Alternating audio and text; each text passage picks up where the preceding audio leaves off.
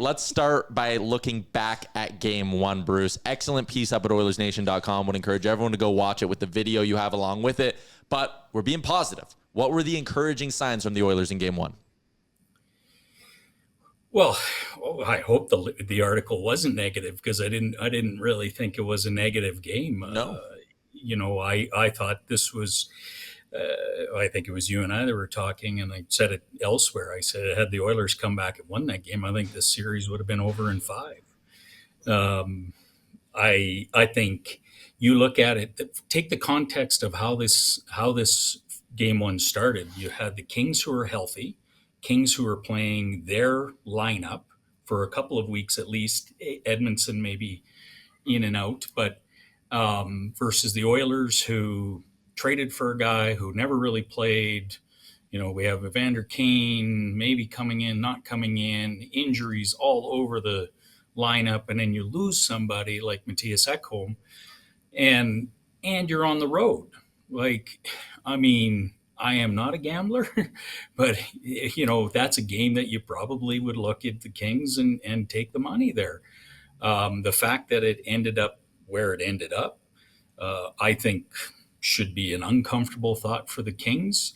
I thought basically that game was kind of 2 segments. One was the Oilers team getting to know each other again. You can think about that Bouchard, or that goal where Bouchard made the back pass to McDavid out front, and it, misconnected and went in the back of the net. McDavid was going to the corner, Bouchard was reading it the other way. That's just a timing thing from guys who hadn't played together in a couple of weeks. Mm-hmm. And I very much. And I just think you saw that, and then you saw a team that started to figure it out. Yes, we'll have to talk about the nuclear option, I guess. But even those other 3 lines, I thought they had sizable impacts in the game in the third period. And I really didn't, caveat the first, call it 10 minutes, I thought they were really good 5-on-5. PK, okay, 2 goals against, but 1 on a 5-on-3, shut down another 5-on-3.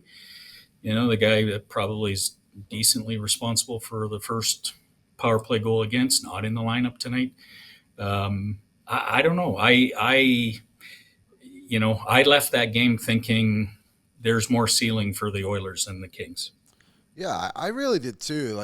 I felt like I didn't learn anything really that new about the Oilers, but the Kings, you're allowed 5 goals at home in game 1 against a goaltender that was supposedly the Oilers weren't going to be able to be. But you mentioned the power play obviously wasn't great. What did you see there? Do you think it was just timing for them that was just off? You mean the Oilers power play? Yes, the Oilers power play. I think some of it is timing for sure. You can see the interchange between McDavid and Draisaitl wasn't there. In essence, you basically had 2 separate power plays the last, call it, month of the season. One where Draisaitl was running it and one where McDavid was running it, and neither of them were on the ice at the same time. That's a big difference. Now you have to figure out, they run the puck through one or either of these players, and those 2 kind of figure it out as they go.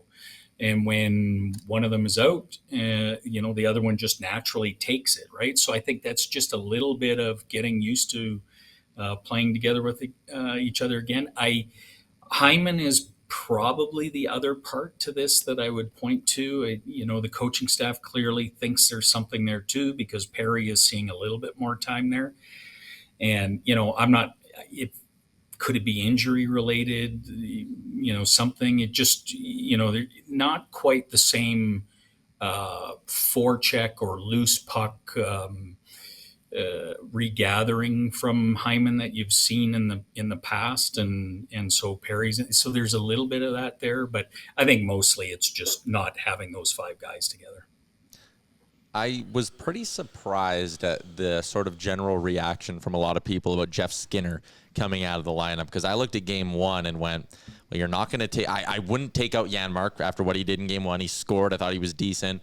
Maybe Connor Brown or Vasily Podkolzin. I feel like taking out Jeff Skinner is a totally justified move by Chris Knobloch. Do you agree or disagree with me?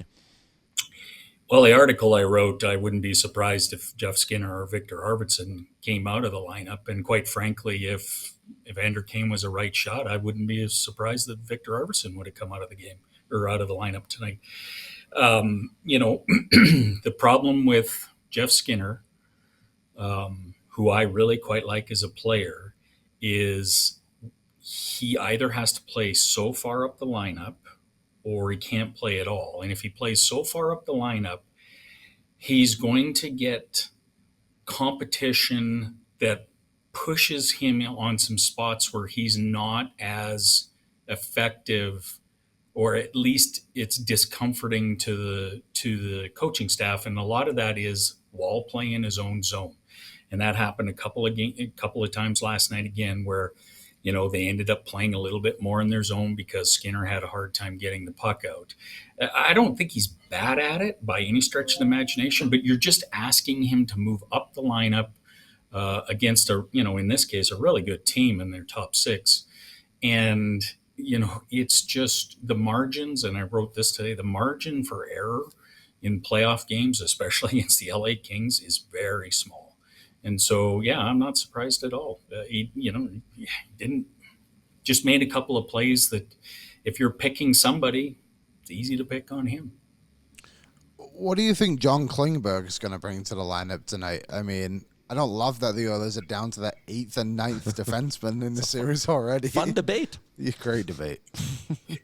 Yeah, so I mean, there's a couple things here. I think what we should do is probably start with what the Kings are as a team, right? I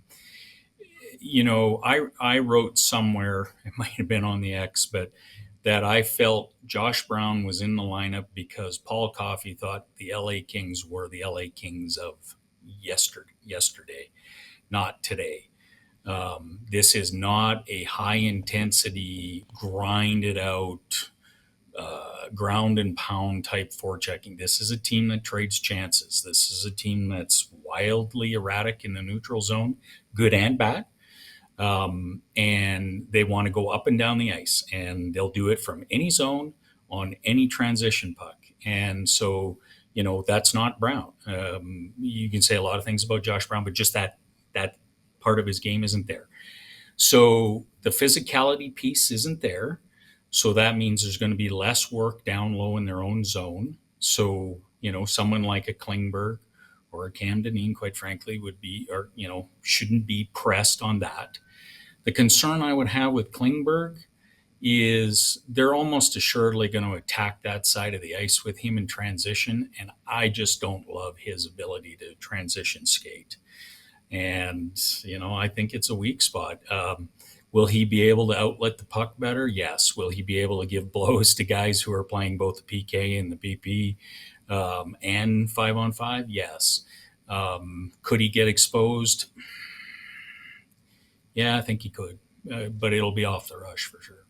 I wanted to ask you a little bit about something you wrote about the 2-3 offense, and I'll read a piece of your article here. You said this type of offense is available to the Oilers against the Kings at will. Edmonton didn't start doing it until the middle of the game, but when they made it a part of their regular play, it yielded dividends. And then you talked about the Oilers' first goal where McDavid just works around Kopitar and finds Draisaitl. Can you explain the 2-3 offense, because I am dumb and don't understand it, and explain why it allows the Oilers to be so successful in this matchup?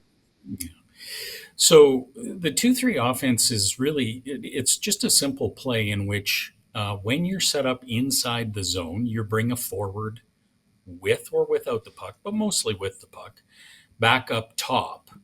And so that you have three players all above the defenders, basically facing skates down towards the net. And one of two things happens with that.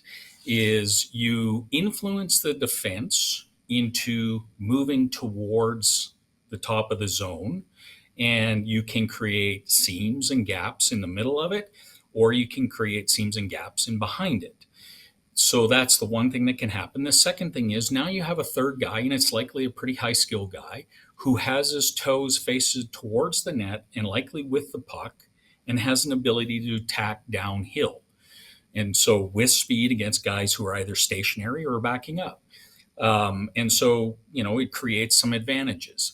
Why it's so available for the Oilers in this series is the Kings are a bit of a Jekyll and Hyde team in their own zone. They kind of play a loose box, but they kind of swarm down low. To be honest with you, like they will send all five guys into the corner, or four guys and one kind of hanging out net front.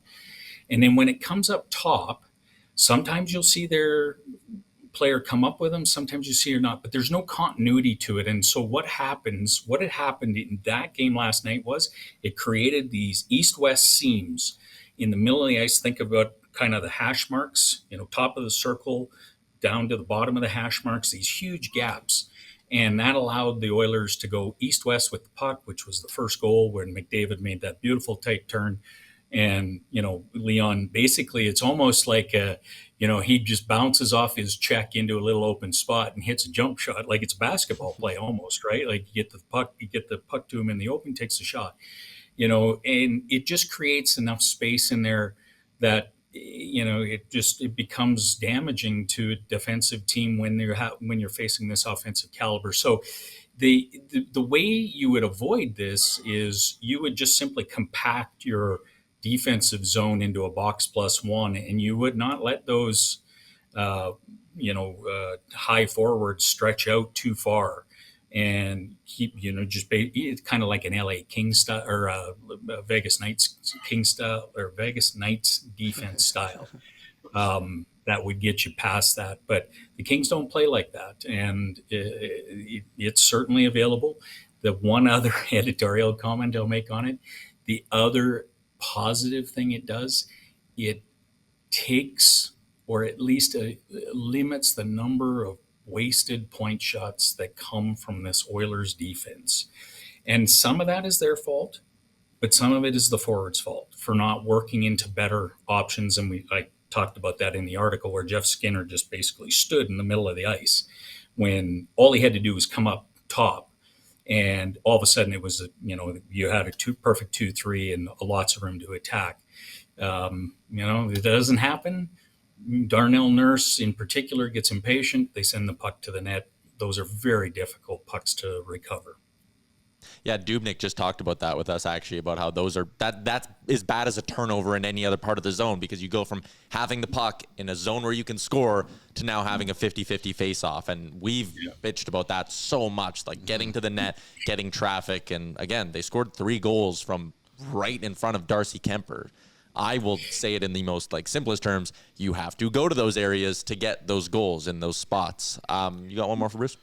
Yeah, I was just let me just finish this before Liam. The other piece to this is, I picked on the Oiler defense here a little bit, but I think it needs to be said that Darnell Nurse and Evan Bouchard and Jake Wallman and Ty Emberson, Matthias Ekholm was the best at this. Those guys can activate off of that 2-3 offense, and that creates chaos, and these guys are good at it. That's the other part of this that I think is not, whether this is a Paul Coffey thing, a coaching thing, or a player risk reward thing, I don't know. But this team could be even more dynamic in the offensive zone if we saw more of that from the defense. Sorry. All good, Bruce. What do you want to see from Trent Frederick tonight? Knobloch said he only got 2 shifts in the third period. That wasn't because he was hurt, it's because he just wasn't playing well enough. But he ironically got an assist in the third period. But what does he need to do to gain more minutes and trust from Knobloch, you think? Really? He said he wasn't playing well? Gosh, okay. See, my rerun of the third period was simply they were either on the power play or they were penalty killing or they were 6-on-5. And so you're like, there's not a lot of room out there for a guy who's only played 1.5 games with the Edmonton Oilers, basically. What do I need to see out of Trent Frederick? Very simple, north-south, get in on the forecheck. We haven't talked about the lines, but that third line with Henrique and Brown, I worry a little bit about Henrique having to match up against Byfield, but I think Frederick and Brown can create chaos because those are both F1 forecheckers for sure. And so just a really simple go up the ice, go down the ice, hit bodies, go to the net. He can make plays. He's got great hands in tight. Be a pain in the ass against this defense, which I think, we talk a lot about the Oilers' depth questions or whatever on defense. I don't see any better defensive depth on the Kings, quite frankly. Couldn't agree more. I don't get it. Like, everyone's saying, like, you can't win a game with 4 defensemen. Jordan Spence played 6 minutes and Brent Clark barely got over 10. It's no different from what the Oilers did, essentially. No, that's 100% right. Look at you. Give me some. Yeah, good point, Liam. There we go. If you had to grade this Chris Knobloch lineup here on the Bruce Curlock scale of like A+ being perfect, that's exactly what I would do. F being fire the coach in the middle of the playoffs. What grade are you giving Knobloch for this forward group? The forward group, I think it's probably an A, right? It's a very deep forward group that, so if you want to go through this tactically, I think he's basically just saying to the LA Kings, you can send anybody you want against our line one. You're not going to win that battle. I thought Ryan Nugent-Hopkins was actually quietly pretty good at center last game, which that was a concern for me against Quentin Byfield. That line of Hyman and Kane played a little bit together last year and was quite good. I think that's a heavy line on the forecheck too. Again, go after this Kings defense. We've talked about the Henrique line. And that fourth line, the fourth line might play 7-8 minutes in a game. This fourth line might play 10, 11, 12 minutes. And what I think you can do with that fourth line is you can put them out against anybody. Like, I just don't think the Kings have a line that you'd be concerned about with that group. So, and that's, you think about other teams that, have won Stanley Cups that the Oilers try to aspire to. Like, you think about the Vegas Golden Knights, they put out that fourth line. They don't care who they're playing. They just put them out. And I think that fourth line can do that. So I think it's an A personally. I really like this lineup. I love it. I'm nice and fired up for tonight now. 8-15, 8-20 puck drop between the Oilers and Kings. What's up, Nation citizens? If you like that video, then you need to be subscribed to the Oilers Nation YouTube. Podcasts, live shows, exclusive interviews, and analysis. Everything you need from your favorite voices at Oilers Nation. And you don't want to miss any of it, so hammer that subscribe button.